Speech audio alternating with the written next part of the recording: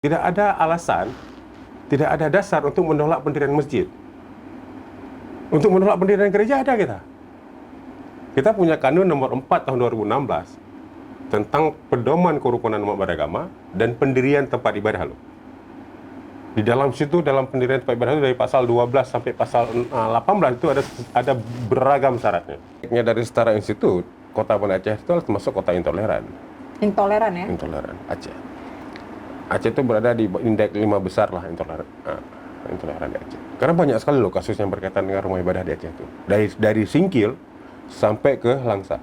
Siapapun pelaku, baik aktor lapangan, eksekutor, ataupun aktor intelektual, itu harus diusut tuntas.